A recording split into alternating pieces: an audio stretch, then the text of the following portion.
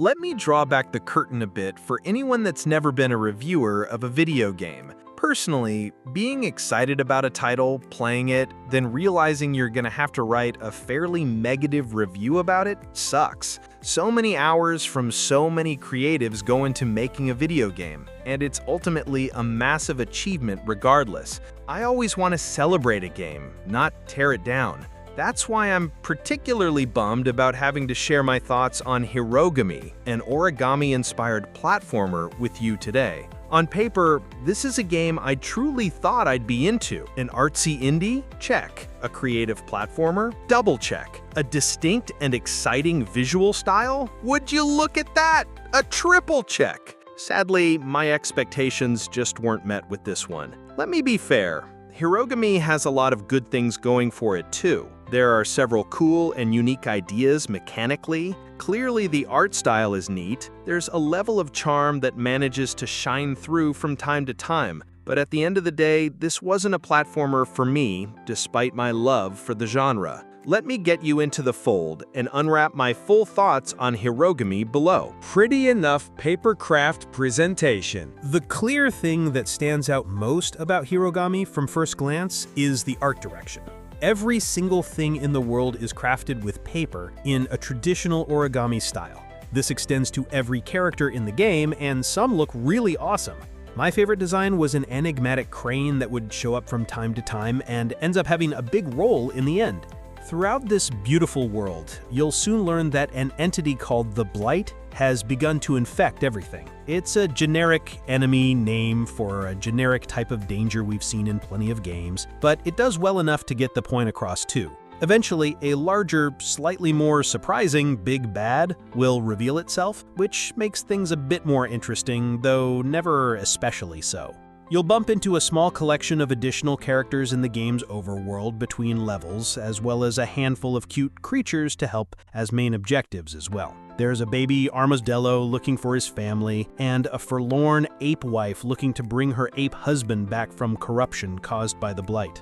Nothing from there narratively ever gets particularly touching, emotional, or poignant. It's up to you if you're looking for anything like that from this game, but I'd contend that many contemporaries in this artsy style of indie game usually end up taking you a little more into your feelings eventually. Hirogami never really hits that, and the story that's here never got its hooks in me. There's a nice, peaceful, thematically appropriate soundtrack, but that also eventually grows a bit old too. Many of the levels have the same song playing over and over again, so despite there being a few nice tunes, they eventually get repetitive or just fade into the background as inoffensive static. There are a few different unique and appealing enough biomes you'll come across, but I also could never shake the feeling that Hirogami just doesn't look as beautiful or interesting as I expected from the trailers. The origami design is cool, to be sure, but this should have been a hyper-stylish game celebrating papercraft, and I just didn't feel wowed consistently.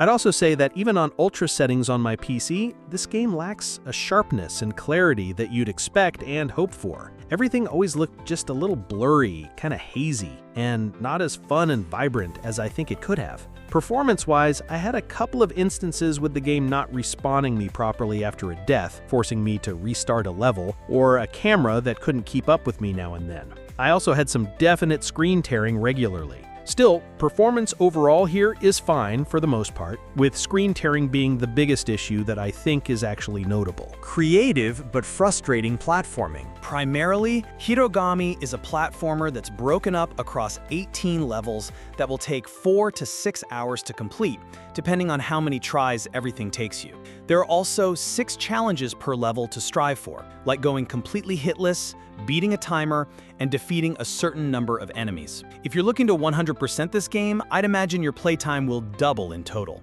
What's cool is that levels are designed around the powers and shapes that Hiro will steadily pick up during your journey. These include an armadillo form that rolls around like Sonic, a frog with the highest jump, and an ape that can climb and swing on vines. Unlocking these abilities and learning how level designs will change based around them is cool. You're able to swap between whichever form you please whenever you want to. Certain forms will be required for certain sections, but if you like the feel of one form more than the others, you're free to tool around in this body style whenever is appropriate.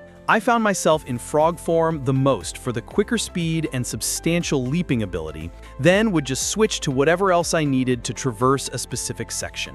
While the platforming in general has some nice ideas that use the special abilities in the game well, it also just wasn't ever extraordinarily memorable either. Everything ends up rather basic and simple, with no sections that make you feel cool or satisfied after clearing a challenge. At the same time, while everything should actually feel consistently breezy based on design and complexity level, some frequent annoying checkpointing and really debatable hitboxes can quickly turn a lot of the game into more of a rage bait type of experience that I'd imagine absolutely no one is playing Hirogami for. I'm proficient with platforming and love a challenging one. Heck, I gave Bionic Bay a 10 earlier this year, and the creator of that game himself calls the title a rage game, even though it genuinely never felt that way to me since it was so tight, creative, and fun.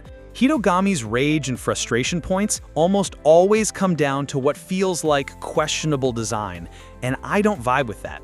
A big proponent of this is the fixed camera angle, which is a detriment to this game. This isn't a side-scroller, and having zero camera control besides slightly panning the fixed camera led to lots of cheap-feeling deaths where I just couldn't tell where I was jumping, how far away something actually was, or just straight up had my line of sight obscured by an obstacle.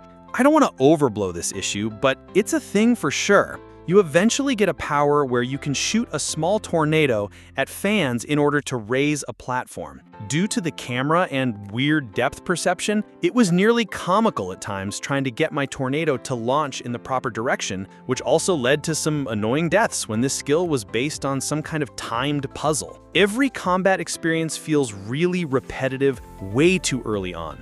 If I had to give one particular shout out to the platforming, my favorite sections were the parts designed for the ape form, which played like Donkey Kong levels, although none really ever came close to even touching a fun DK vine swinging stage. Still, jumping and swinging from vine to vine between obstacles was fun when these sections would periodically pop up. The same combat encounters on repeat. As many frustrations as the platforming caused me throughout Hirogami, the game's combat really is the cardinal sin for me. At a glance, you'd think there would be enough here to be interesting. Between Hiro's human form, plus the armadillo, frog, and ape, you have a decent enough moveset of attacks. The biggest problem is that the enemy variety is really rough, and every combat experience feels really repetitive way too early on. There are little black orbs called Blitzers, and you'll fight about 1,000 of them. In fairness, they do have varied abilities. Some shoot lasers, some have shields, some chase you and explode like bob arms. But man, if I didn't get tired of fighting them, there are also rogue armadillos that will roll into you, frogs that spit toxic sludge, and apes that will try to punch you in the face. And that's it. I can see an argument that this is enough, but it simply all feels really stale really quickly, with basically every single combat encounter feeling the exact same after a while. You can just run by some of this, but nearly every level has multiple instances of the path forward being gated off until you defeat a room full of enemies that keep spawning. In the second half of the game, I was completely over this. I'm a gamer with a high annoyance tolerance, but there were several times when a new mandatory combat section would pop up and I'd pause the game to pout about it for a second before soldiering on once again. It feels bad to be gatekept by a game so often that does have some interesting ideas at its core. Despite my platforming complaints too, I'd have much rather had more to do than just having the game essentially doubled in length by frequent, mandatory, boring combat sections. Maybe it'll click more for you, but it wasn't for me. What makes it all worse is that, again, the hitboxes in these fights can feel really unfair. You're going to keep losing chunks of health as you fight your 50th ape, and it won't always really be clear why. I did adapt to a lot of this by the end, but I'd often end a combat section with half a heart of health left and just think, wait, when did any of this happen? There are 4 or 5 actual boss fights in Hirogami, which are a breath of fresh air just to get away from the combat from the rest of the game. 3 fights are based around the same animals you have the powers of, which is a fun touch. The problem with these is that they're pretty much dead easy. Most of them are based around dodging extremely telegraphed AoEs exploiting some specific gimmick, then chipping away at a health bar. Phase transitions aren't ever that interesting, and I'd mostly just use my frog form and butt bounce everyone back to origami hell. The final boss of the game had the coolest, most unique design mechanically, which was a nice way to cap off the journey. Unfortunately, each phase of the boss is also split up between fighting about 100 additional of the glitcher enemies, which I needed to see no more of by this point in the game. Lastly, I'd just say that the game simply feels slow. Not because of a bad frame rate, just in terms of the speed of your character in general. When the platforming and combat can both fall into subpar territory, the feeling of slow movement is the cherry on top. Still enough to have hope for. Without spoiling anything, Hirogami seems to have set itself up for a sequel someday. Despite how clearly down I've been on the game to this point, you might be surprised to learn that I'm still super interested in seeing where a follow-up title could go. There are plenty of shortcomings here, but the idea is still a good one that seems ripe for iteration and improvement. I don't know where others will land on this game, but if more reviews come out and share my same opinions, I don't want the ultimate outcome to be an abandonment of this property. Too often, we see titles fall by the wayside, never to be seen again in the modern gaming industry. Hirogami doesn't deserve that. There's a lot here that could be awesome if more fleshed out and improved upon. I thought the occasional paper airplane sections were a great idea. The Donkey Kong-esque sections, though derivative, worked nicely. I love the idea of morphing into origami animals at will and solving levels based on their abilities. Everything just needs refined and used to its full capability, which I sadly feel like doesn't happen often enough here. I love replaying my favorite platformers, and Hirogami giving you so many optional challenges to attempt is a sweet idea. Sadly, I don't currently want to do these things in this game, but I absolutely would in similar titles, or a potential eventual sequel to Hirogami that I'd be more willing to sink tons of attempts into. I also think the system of collecting and crafting various upgrades and abilities throughout the game is a great one, but needs more diversity and excitement brought into the mix. Several of these just wound up being more health, which, while appreciated, doesn't move the fun and creativity meter much. All of this to say, there's a good idea here. While it wasn't executed this time in a way that worked for me, I'm more than willing to keep giving this team and this possible franchise a shot if there's ever more to come someday. Closing comments. I'm bummed that Hirogami didn't hit for me like I'd expected it to. There are lots of cool ideas and mechanics here that feel fresh and exciting, and different challenges for each level give you lots to strive for.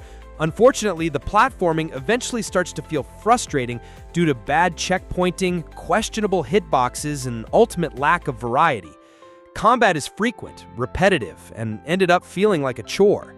There's heart and charm here, and I think a sequel could eventually turn this into a viable franchise. As it stands, however, Hirogami isn't a must-play.